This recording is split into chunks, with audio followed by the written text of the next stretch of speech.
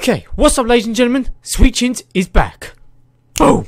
And if you haven't read the title, which you kind of should have, otherwise why did you click this video, it's about what we want in the next Assassin's Creed. Well, more so what I want, because I don't really know what you're thinking, what you want, because I'm not psychic. Or am I? Anyway, let's not go on a tangent, people. Stop making me lose my track of course. So anyway, since AC Unity hasn't done that well, AC Rogue has not done well at all. 2 games, one was the old gen, one's the current gen, or next gen, whatever you want to call it, but it's current gen, okay? It's not next gen no more, it's current gen, okay? PS4, Xbox One, if you didn't know what I was talking about. And maybe PC, but PC's genless, I don't know, it's just always there. So them games haven't done that well. AC Unity should have done freaking amazing. It's next gen exclusive, or fucking hell, I'm doing it now, okay, current gen exclusive. It should have been amazing. It shouldn't have had bugs in that, but no, it has. Personally, I didn't really ever think it looked much different. I haven't played it yet because I'm waiting for Christmas. If it disappoints me on Christmas, I will throw a tantrum. But anyway, from what everyone's saying, from reviews and my friends and stuff who have played this game, they said it's not that much different, and it's not that much great. So you gotta ask yourself, why was it PS4, Xbox One? Why couldn't this be done on old gen? Because I'm not really seeing anything here that couldn't be done on the old gen, okay? Maybe you got 5,000 NPCs, but no one gives a shit. We ain't gonna count 5,000, okay? Be creative. This ain't no Michael Bay flick, bitch. So, it's all fairness to say that each year that Assassin's Creeds have come out, since 2, I don't include Assassin's Creed 3 because I loved it. It was buggy as hell, but I loved it, okay? And I've explained it in the previous video. So go watch the previous video if you don't know why I love that game. So since AC2, we've had Brotherhood, we've had... What was the other one called? Was it Generation? It wasn't Generation. Oh, it was something, okay? That just shows how great it was because I don't even remember the name, okay? So we've had yearly releases of Assassin's Creed. It's becoming a Call of Duty. For some bizarre reason, I don't know why Ubisoft want to do that, but they are. Fair enough. And they haven't been that great. They haven't been that different. The bugs seem to have got worse with each installment. Hasn't been that much change. Something's been lacking. And the milk's starting to run dry from the others, okay? So Ubisoft need to get their shit back on track. The way to do that, in my opinion, with the next Assassin's Creed, first off, don't release it next year. Okay, I understand they want a yearly basis on this series, and I know that they don't make this game in 1 year. I know there's different teams working on a game for like 3 years. I get that. I am not a cabbage, okay? But the problem with that, AC Unity, if Ubisoft, part of their team, is already developing, let's call it AC5 because AC Unity wasn't AC5, so let's call it AC5, the new AC. If the company has been working on that already, they haven't had time to see the flaws of AC Unity. So if they're copying exactly what AC Unity is doing, they've now got like less than a year to fix the shit. They're going to panic like shit, they're going to scream for their mums, and they're going to poop their panties, okay? Whew. If you make a sequel, you have to build off the previous game. You got to see where you went wrong, where you went right. You can't just guess where you're going to go right, because look what's happened with AC Unity. It hasn't done as good as they probably wanted it to. But now this next installment, it's not going to go that well either. So what, do we have to wait 3 more Assassin's Creeds till they get the shit right? That's bullshit. And sorry for the swearing, okay? But Ubisoft, you make me do this. You make me do this.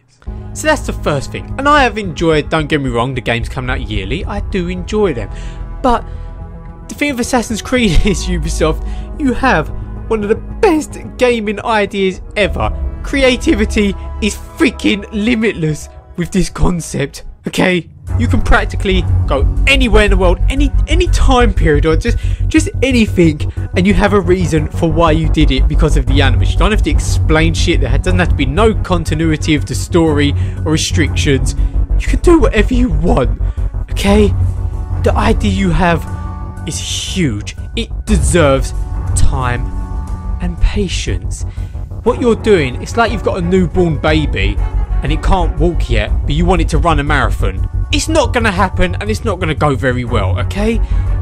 Give it patience, feed it, let it grow, nurse it, and watch it become the beautiful adult that we all want it to be. So the big thing is, where should the next AC be set?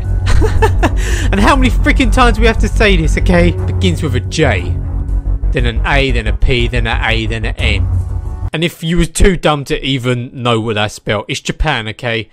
Japan! How many times do we have to say this? Japan is the most logical next step. It's hugely, vastly different to anything that's been in the AC series already. That's number one. Number two, Assassin's Creed is based on a Western audience. Japan is Eastern, okay? We don't really know Japanese history, so you can kind of do what you want and we won't question it. Plus, we find it very interesting. We kind of want to know about stuff we don't know. It's not a time period you cover in history lessons. Well, not in my history lessons anyway. 3, you can change your combat completely. It's completely different fighting styles over there. There's martial arts. Let's have some hand-to-hand combat, okay? God! Things I could just go on forever why I think Japan should be the next location. But the main thing is, about 99% of your fan base, consumers, customers, whatever your, I don't know, the people you fuck, they want Japan. Why are you not listening to them? Why do you baffle my mind, honestly. Why, if everyone, if you said like, what do you want for Christmas? And someone said, oh, I want a Nintendo Wii, and then you get them a Game Boy, it's a bit of a piss take. So that's the first thing, just to get your, your fan base back on track. Set it in Japan. People will be happy with that. Okay, the next thing, an Assassin's Creed. Don't have to listen to the consumer 100%, okay? Have Japan, but don't do everything everyone says, because some people, and I'm not saying this in a bad way, because I can even say it's bad myself, we don't really know what we want, okay? If you do exactly what we say, you'll probably come out wrong, and then we'll bitch. We'll bitch. You don't have to please every freaking person, because something that pleases everyone is generally pretty mediocre. It's like you look at music today, things that's in like the #1 charts. Okay, they're good songs, but they're not the best songs you hear. They're not the most meaningful lyrics in those songs, it's not the best beat and everything. It's just something catchy and everyone can sort of, rock their heads to, okay? But it's probably not your favourite song. So that's nothing. And okay, the next thing is story, okay? And I always think story is one of the most important things in the game. That keeps you wanting to play. Gameplay's cool as well, and yeah, it's just as important. It's a video game. Gameplay. Get it? Why does my light keep going? Okay, the story is super duper important. It makes you want to carry on. If the story is so boring, why are you going to keep playing? It's like when you're reading a book. If the book is freaking boring, are you going to keep reading? No, it may have some fancy... What, are you reading for the fancy words that's used in this book? No! You want a good story, okay? Stories have been told since the dawn of time. We want good stories, okay? Not some rush dash shit. Because I hear Unity's pretty lackluster, which I'm so gutted about. So, like, I don't know, fire your writers, or just give them a kick up the arse and say, write something good. Because come on, it can't be that hard. Okay, it probably is really hard. Fair enough, because you're having to do it to a history. But maybe what I would like to see... I thought the love concept was really cool with Unity. I haven't played it yet, but I know there's that romance interest thing. She's on the Templar side, whatever. That was kind of cool. It sounds like you've messed up, so it's not like you can do that again. So, I don't know, maybe have 2 brothers. One's Templar, one's Assassin. Or even have it so someone can question the Assassin order, and then he wants to leave the order, but you can't. So he turns against the Assassins, but he's not Templar either. He realises that these are 2 extremes of the same belief, but going about in different ways, and he doesn't feel either is right. And I don't know, have the Assassins hunt him down, have us fight back, help us build a relation in the Assassins, have us question. They can't be these white knights because they're not, And another thing, don't have the Assassins always win at the end of every game. Modern day, the Templars are kicking ass, okay? They're like the Apple of nowadays. Yet Assassins seem to win in every single game. So how the fuck did Templars get so amazing? Show us! Assassins don't always have to win. Have the guy, I don't know, quit the Assassins and just create a family or something. Kind of like, I don't know, Red Dead... No, that doesn't really count. Could even have the main character die. What I was going to say of Red Dead Redemption is, spoiler alert if you haven't played that game, well you should have because it's kind of old now, but hey, I don't care. The main character, John Marston, you play the entire game, you doing all this stuff for this government to save your family, and at the end they turn against you and they kill you. It is one of the most epic endings to a video game I've ever seen, okay? And if the assassins turn against you and killed you at the end, you're going down. You're closing off their story. It's pretty cool, okay? I don't always like to imagine what the character's doing with their life. I kind of like an end to the chapter, okay? Because you wrote the character. You should be the one to end them, you know? I don't want to imagine what they're doing the rest of their lives. Because am I to believe they just lived happily ever after and never got into one more fight? I don't think that did happen. Just have them have a kid, see it from the kid's perspective, see them get killed, end it, dramatic. Say, another thing, combat, you've got to redo it, it's too easy. We can't just hold down a button, counter and kill them one go. Maybe still have counters, but have them a lot more harder to do, and if you mess it up, it's going to be a lot more damaging for you. Have it so combat is like, if I see 3 guys, I'm going to get beads of sweat down my chinny chin chin. Okay? I don't want to think I can take on an army of people with ease. I want a reason to run. We're assassins, not gun blazing mercenaries. Okay? And that's nothing with Japan. We can have bow and arrows again. The guns were kind of cool. I know there is guns in Japanese time, kind of where they lit like a fuse and then the gun shot off. That was kind of cool. So it wasn't really like a mobile weapon. But we want bow and arrows, you know, shurikens, kunai, whatever you call them. I don't know. But that would be awesome. You know, a stealthy. It requires skill, not just tapping the button just to shoot about 6 guns at once. Why use a sword when you have a gun?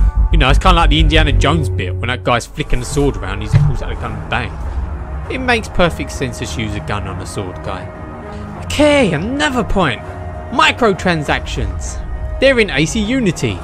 What the fuck are you doing putting microtransactions in this game? Okay, the way I look at microtransactions, they're never good. Let's just say we go to McDonald's. We order a large meal, Big Mac with fries.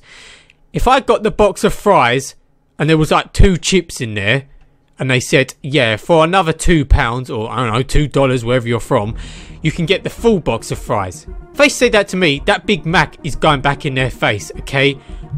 We wouldn't stand for that. People throw a fucking hissy fit if they forget one of their burgers through the drive-thru. They go in there, look like they're about to knock everyone out. They go crazy. You wouldn't stand for it. So why are we standing for it with one of these games that costs $60 for you Americans? It's about £50 for us, which equals about $75 in American land.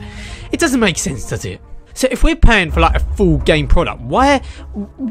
You just can't sell us pieces by pieces. It's ridiculous. It's like if I bought a puzzle and there was pieces missing and they said, yeah, you've got to pay for the rest of that puzzle. It's freaking ridiculous. Why can you do this? If you're going to do this, make the game cheaper in the first place, okay? Give me a heart attack, man.